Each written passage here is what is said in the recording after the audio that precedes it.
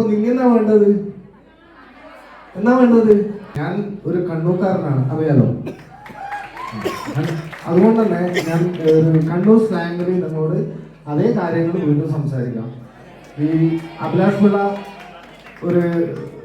ഒരു ഫംഗ്ഷന് വെച്ചിട്ട് എൻ്റെ അടുത്ത സിനിമയിൽ നീ ഉണ്ട് എന്ന് പറഞ്ഞു.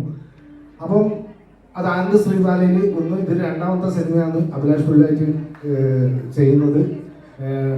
വിഷ്ണു ഇതിനു മുന്നേ പരിചയമാകുന്നത്.